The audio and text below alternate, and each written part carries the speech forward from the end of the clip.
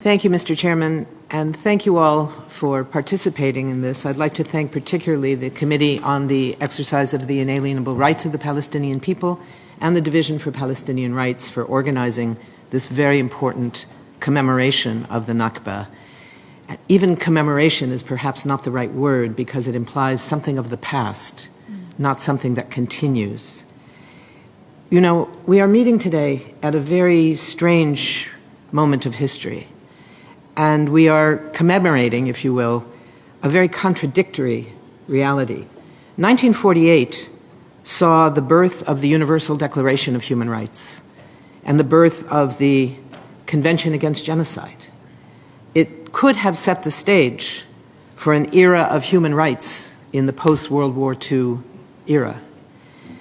But 1948 was also the year that gave rise to apartheid in South Africa and to the Nakba in Palestine. And instead of an era of human rights, we saw a continuation of the era of settler colonialism, knowing that settler colonialism, even though it was under attack, it was being ended in so much of the world through brave struggles across Africa, the Middle East, Asia, Latin America. In this case, settler colonialism was not over. And the Nakba of 1948 transformed Palestine. It transformed Palestinian history.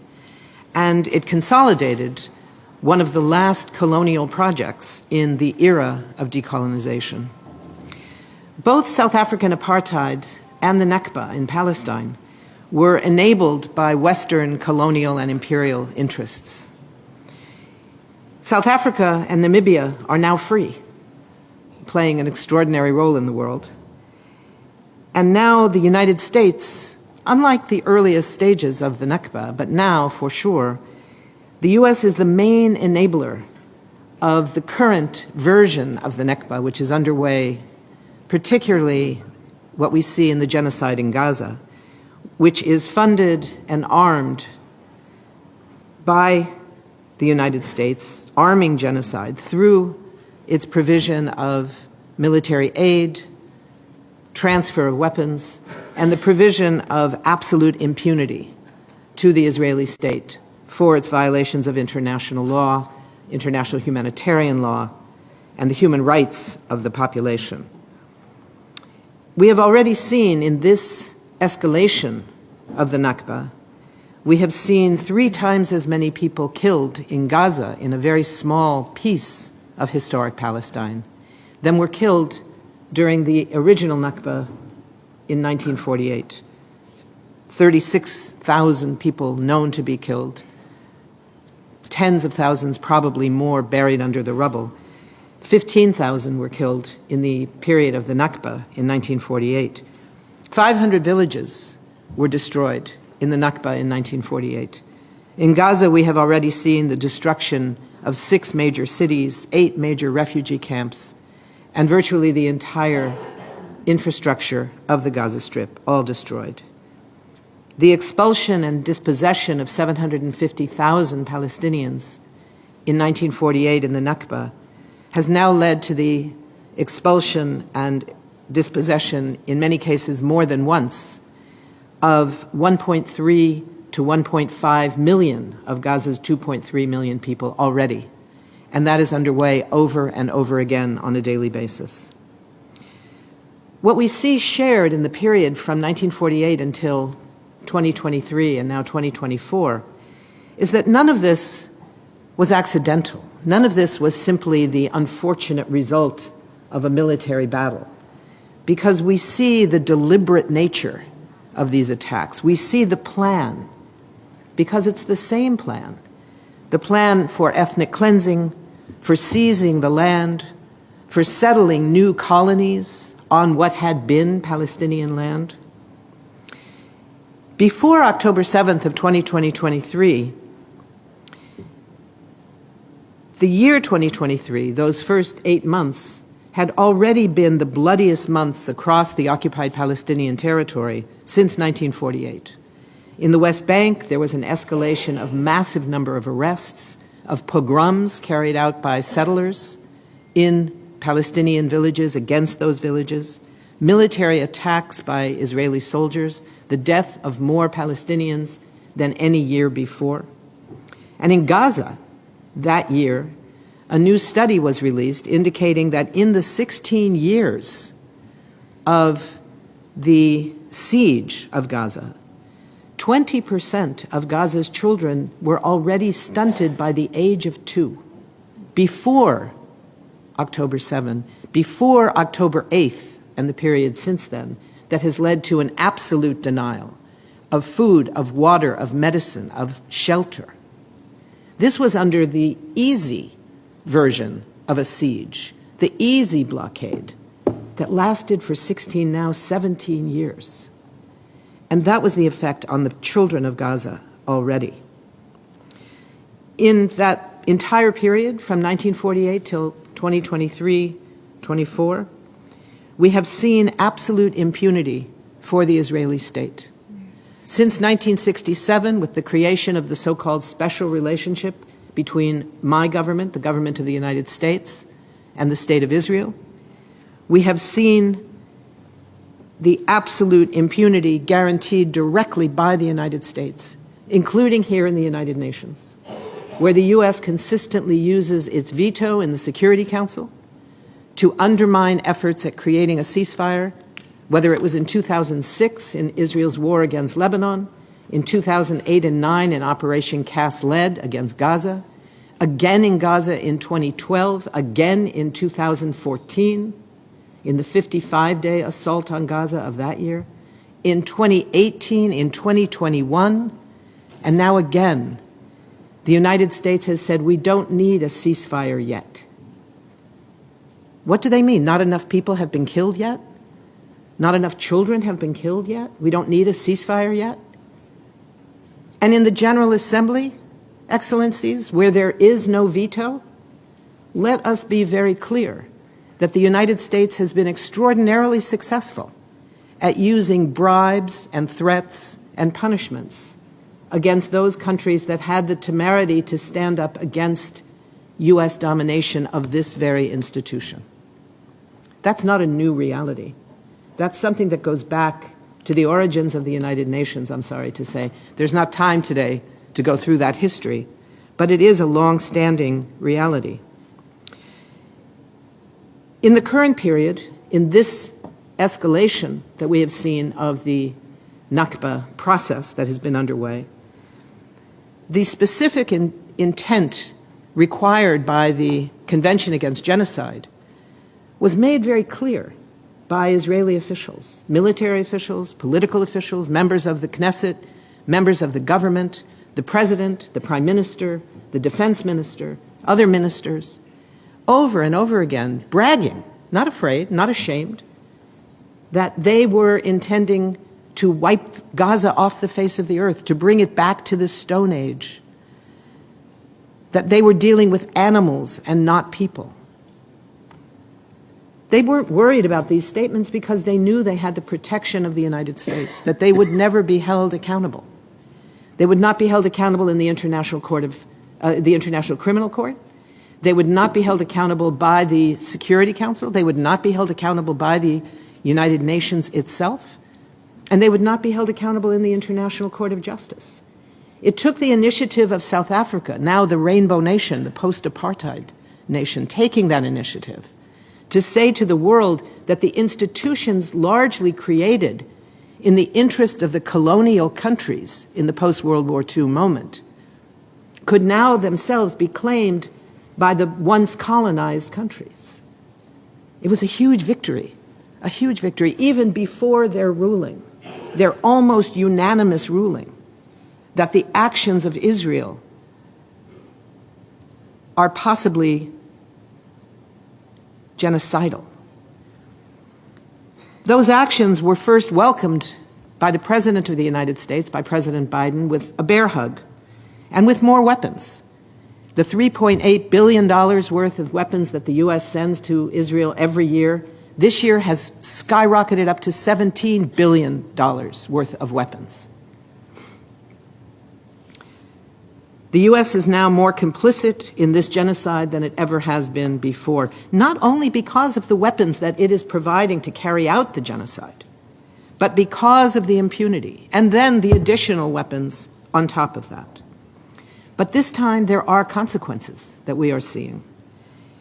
Israeli cruelty seen across the world, on our screens, on our phones, on our computers, on our tablets, on our televisions, heard on our radios, across the world, has not fallen on deaf ears. There is a movement that has risen across the world to say no, to say we demand a genocide that will last, a permanent genocide. And in that context, across the United States, public opinion has dramatically shifted in a way I never thought I would experience. I've worked on this issue, well, let's just say for a longer time than I care to admit. And I thought I would never see a position in which a U.S. elected official would be threatened with losing their next election because they were seen as being too supportive of Israel. That might happen to President Biden.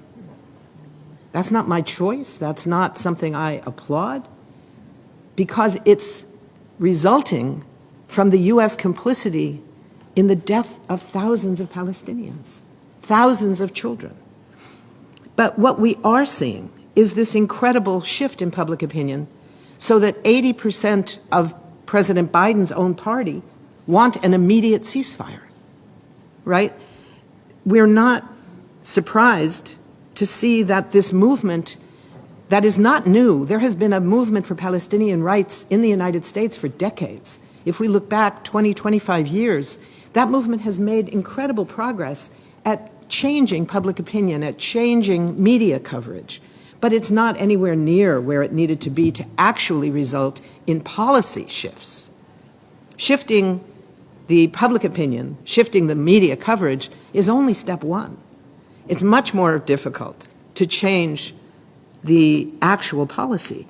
But what we've seen here, we saw it earlier in 2023, 44% of Democrats, 44%, said that Israel was like an apartheid state. 2 years before that, in 2021, in a poll of American Jewish voters, 25% of Jewish voters in this country said Israel is an apartheid state, and 38% of young Jews, not my generation, the young Jews, said that Israel is an apartheid state. So what we're looking at now is a movement that has grown from that beginning to something extraordinary that we've never seen, with occupations of the halls of Congress, Jewish Voice for Peace, the organization I am privileged to work with, occupying Grand Central Station, the Statue of Liberty, the resignation of more and more administration officials who say, I cannot work for administration even when I believe in what it is doing on so many domestic issues, but I cannot be part of it when it is carrying out this policy towards Gaza. Rabbis for ceasefire came here to the United Nations. They prayed in the Security Council chambers. They met with the SG on the 38th floor to say, we are here to support the United Nations efforts at creating a ceasefire, and we're here to tell you that we do not stand with our government's refusal to allow the United Nations to do its job. That kind of work has never been seen before. The vote of uncommitted across this country, which is now enough to send delegates to the Democratic Party convention this summer to say, we are going to vote against the support for genocide. We don't know what we're going to do, but we are saying we cannot now vote for someone we see as supporting genocide.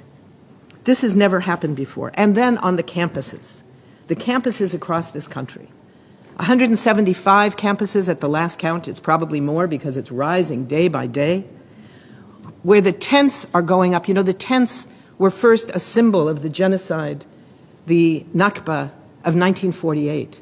And now the tents have become the symbol of the resistance of students around the world, not only in the United States, across Canada, in Germany, in South Africa, across the world. Students are building encampments on their campuses to be part of a global opposition to say we need a ceasefire now.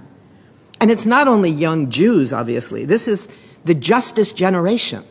This is the generation in my country that came of age politically in the summer of 2020 with the protests against the police killing of George Floyd, and came to see Palestinian rights as an issue of being against racism, seeing the colonization of Palestinian land as a racist occupation. And that justice generation has been pretty active lately. And they are changing the political character of what political leaders across this country have to take into account. We have been hearing from the administration a new kind of rhetoric. They are hearing these demands. There's no question. They are hearing it. They are changing their rhetoric. At the beginning, it was only about, all we would hear is Israel has the right to self-defense. Israel has the right to protect itself, as if that included the right to impose genocide on an entire population. But now we're hearing that President Biden was brokenhearted when he heard about the World Central Kitchen humanitarian workers being killed, 7 of them.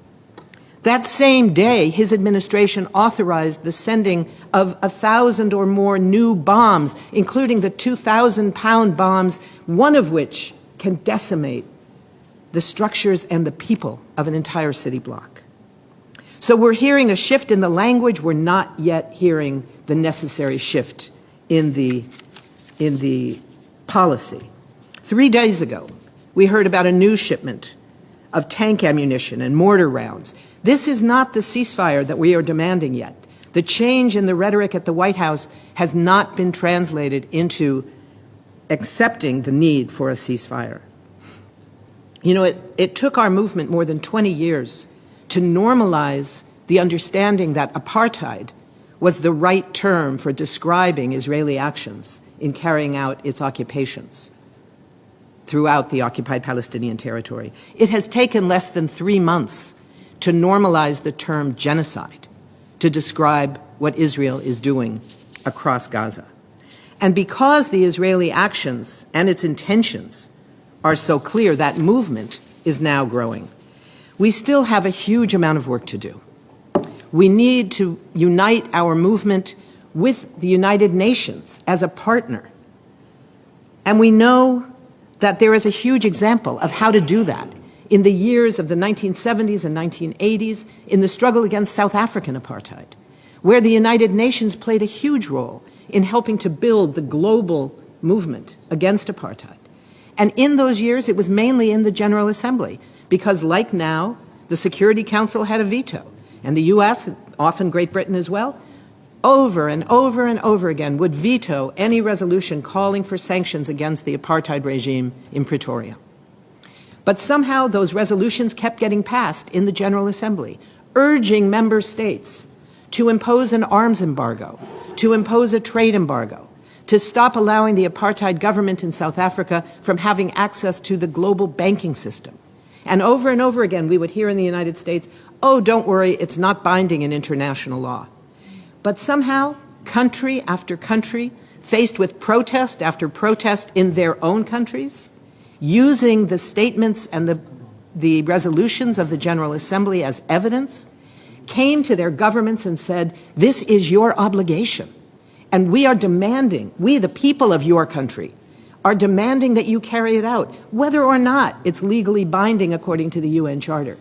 And what do you know? One day in the 1980s, enough countries had done that, enough allies of the United States had done that the United States itself finally gave in, and the Congress passed a resolution calling for sanctions against apartheid South Africa. And yes, then President Reagan vetoed the resolution, but that veto was overturned by the Congress. That's what we need to do. South Africa showed us the way with its recent initiative in the International Court of Justice, challenging the U.S. guarantee of impunity for Israel. The ICJ ruling is now a tool of global civil society to hold up to our governments, demanding that your governments, excellencies, the governments that all of you represent, who now have this obligation, most of your governments are signatories, are state parties of the Genocide Convention. And unlike most conventions, The Genocide Convention puts obligations on every state party, not only on the country being accused of violating the terms, but on every country that is a state's party to the Genocide Convention. There is the obligation to work to prevent genocide, and if a genocide occurs, to do everything in your power to stop it. You have the model in the resolutions that were passed and how they were implemented during the years of struggle against South African apartheid. It's your opportunity to be on the right side of history. The committee can take the lead with Palestinian and global civil society, to bring the UN as a whole back to doing what the Charter says it was created to do, to stop the scourge of war. And doesn't that have to also mean to stop the scourge of genocide? Even when that genocide is being enabled by the most powerful member state of this organization? We have a lot of work to do. We start with the demand for an immediate and lasting ceasefire, and we move on from there. We have a lot of work to do. Thank you.